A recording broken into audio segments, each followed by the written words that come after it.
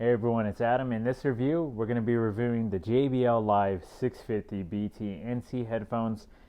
These companies got to have a hard time making up names sometimes, and every company has its own weird way of going about it. But I give them credit because I think these are truly underestimated, not just for their ANC capability, but also the sound quality.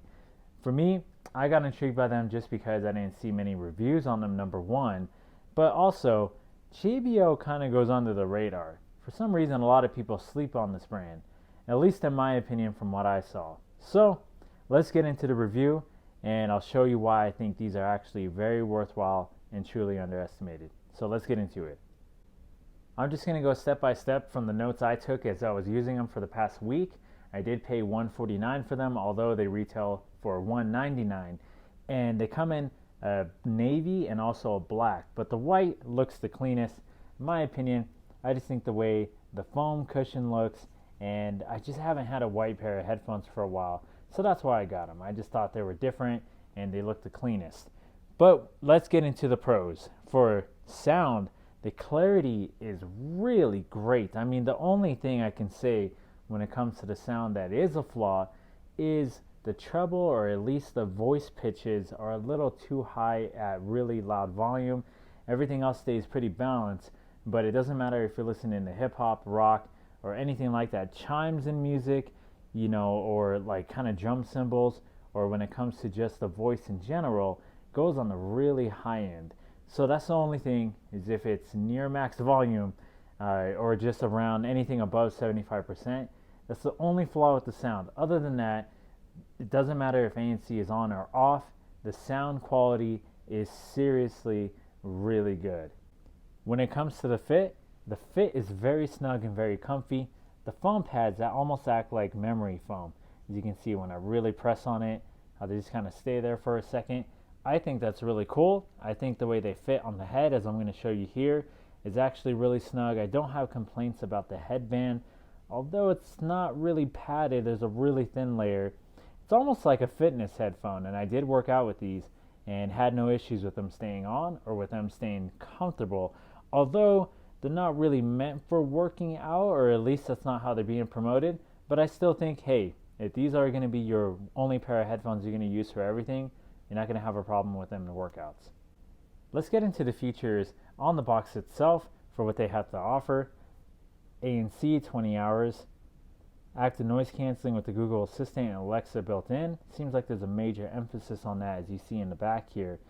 ANC, hands-free calls, multi-point connection, which is great.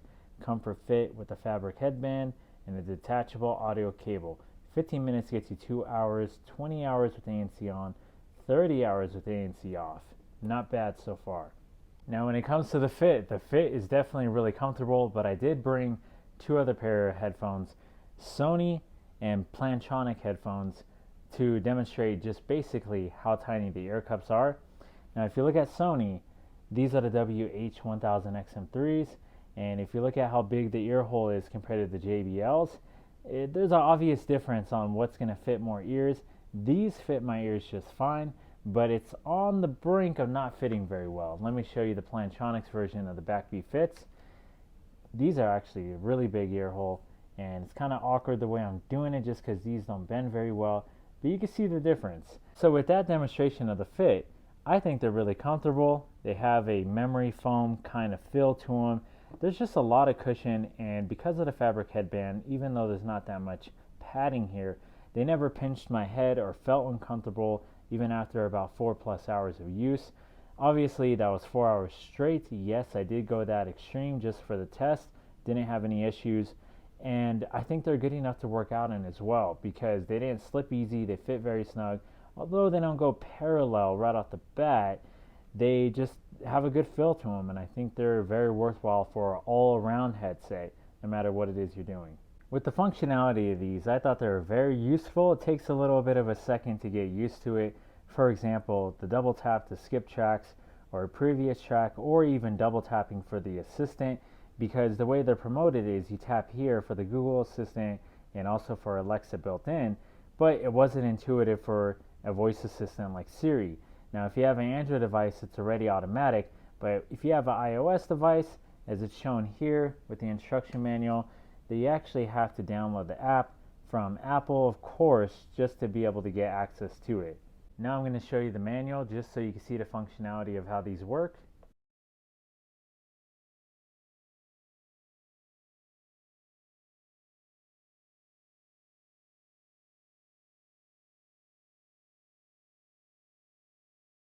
So the big question when it comes to functionality of the tactile buttons and everything, did I have any issues?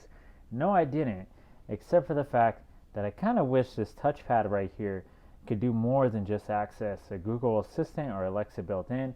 It does not access Siri. If you have an iOS device, you're going to have to push the play pause button twice to be able to access it. There's no other way to manually program it for this. And I was kind of thinking, well, if you guys are going to do that, you guys could have made ANC right here, or you could have had a hear through feature, which this headset doesn't have, to actually be able to, maybe raise your hand and put it there, or maybe even here if you wanted that feature where you raise your hand kind of like the Sonys have, so you could be able to hear your surroundings. These don't have that, and that's a con I'll throw in there with the functionality of this headset.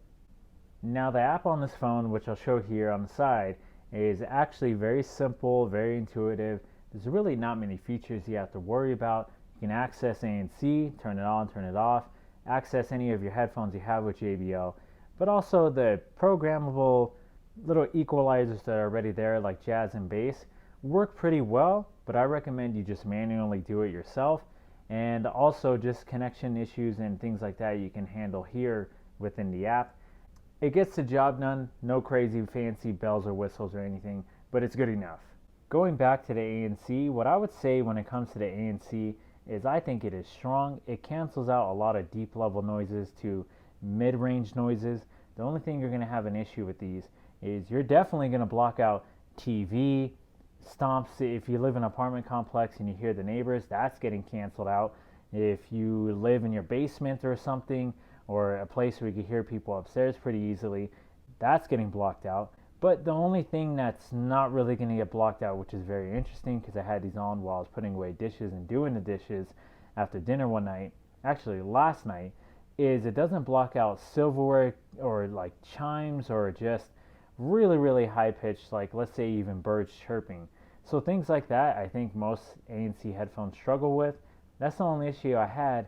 They're not as good as the Sonys and they're not as good as Bose, but they're definitely a level below that is the best way I can put it, at least in my experience. So for these being what some people might call a budget headset for ANC, they're better than anything else that's in this price range.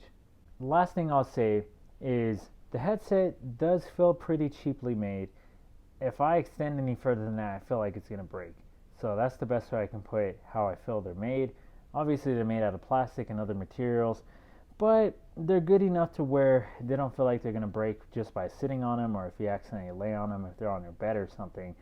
It's questionable to know how long this is going to last with the fabric over time, how long these will last even though they're comfy, but also just the durability of it in general. Given that it does have a case that is really a sports style kind of case, it's a pouch with a very thin layer of padding, and it's kind of microfiber, but I don't know. I mean, these are just kind of those headphones that it really is one of those things you get what you pay for. Alright guys, that's it for my review.